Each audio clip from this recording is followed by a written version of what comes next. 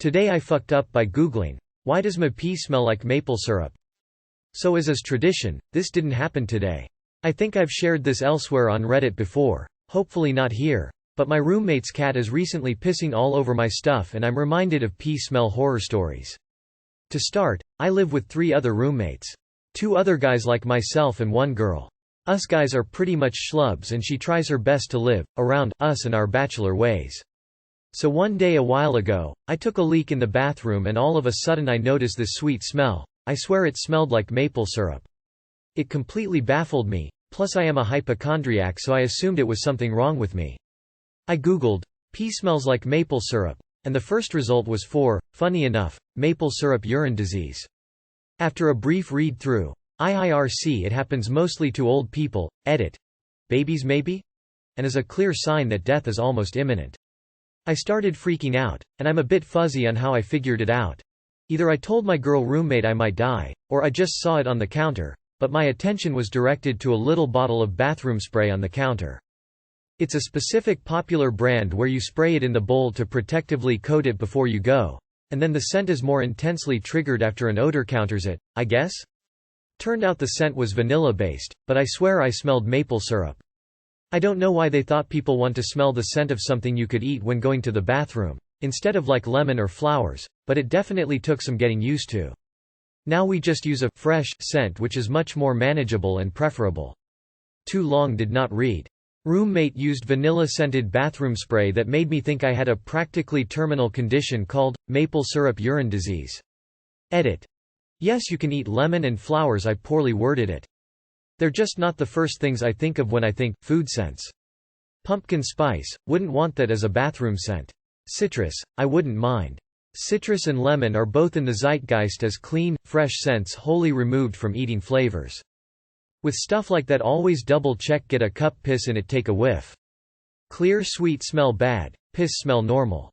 Gotta do a taste test just in case. Fenugreek can also make your pee smell like maple syrup. I take it as a supplement to increase my milk supply and definitely pee straight maple syrup smell. My dog's farts smell like pan-fried dumplings. Every time I pee after eating asparagus I freak out until I remember I ate asparagus. Today I fucked up by eating pizza with everything on it before a work meeting. So it's the day before a 5-day weekend and I really don't want to be working on reports and finishing paperwork. I had a meeting at 1 so I went out at 11:30 to grab lunch. It's Friday, I'm going to treat myself. Sausage, barbecue chicken, pepperoni, extra cheese and jalapenos on the pizza. You know, the works. It'll destroy my stomach but I'll hit the meeting and then take PTO for the last few hours and run home, no problemo. I felt the tummy rumble and went and destroyed the bathroom, went back to my desk. Thinking it was a little rumble aftershock, I went to let one rip. Big mistake. Placed my bet and lost. Ran back to the bathroom. Currently trying to gameplan my exit. My keys are on my desk. I can sneak out the back unseen but I would need my keys. Can just sit on the bench and ask someone to bring me my keys. Why am I sitting on the bench? Why isn't Slimy Snakes in the meeting? He ran to the bathroom and then left after having the intern bring him his keys while sitting on the bench when it's overcast and about to rain. There's no good play here. Too long did not read. Treated myself to a pizza with the works for lunch, placed a bet on myself and lost. Now my weekend needs to start early because of a code brown but my keys are on my desk, requiring some fancy maneuvering. Update from the home bathroom. Snuck out the back after hosing my pants with the air freshener in the bathroom. Messaged the intern on Teams and said I'd but him a 6-pack if he takes the keys on my desk and puts them on my windshield and doesn't ask questions. Questions disqualify him from earning beer. I hid at the side of the building until he was gone. Got in my car and pants. Leslie drove home in shame. I'm not far but I'm not changing and going back in. Messaged my boss and said so wasn't feeling well and was going to take the rest of the day as PTO. Gave an excuse of not wanting to risk getting the rest of the meeting sick and ruining their long weekend.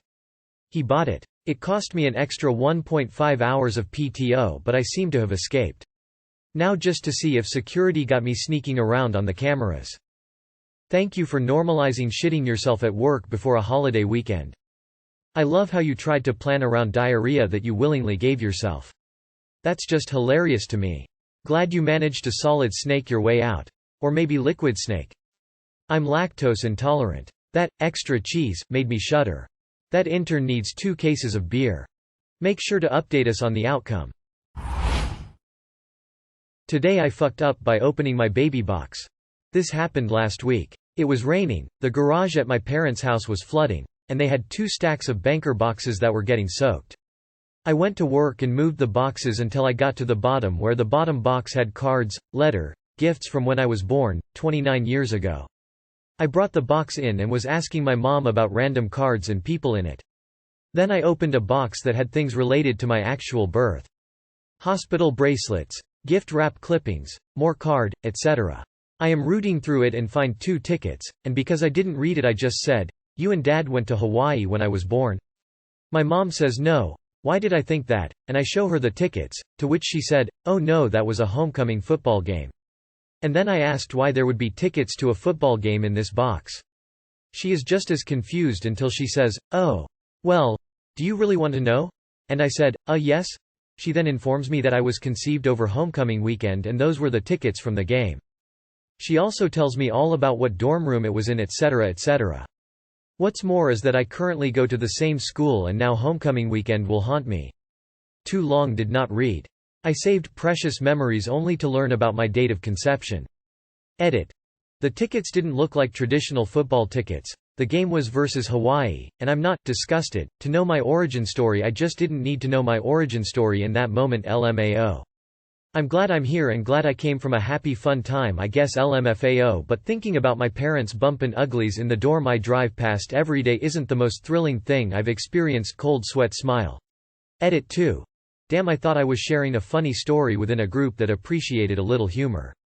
My bad for not being totally enamored and psyched to hear about my parents' sex life. I will make sure that next family dinner we discuss the ins and outs of their ins and outs throughout their marriage. Some people might assume baby box means something else, myself included. My siblings were horrified when I pointed out that we were all born almost exactly 9 months after major holidays. I'm confused. Why are people all posting that learning about their conception is effed up? It's just sex. Your parents are sexual beings and will continue to be. And not allowing them to be by being grossed out by the idea of them playing hide the sausage diminishes your ability to understand their journey, and love all of who they are. Does that make you the homecoming princess? At least you weren't conceived in a circus bathroom. Today I fucked up by brushing my teeth at my boyfriend's house.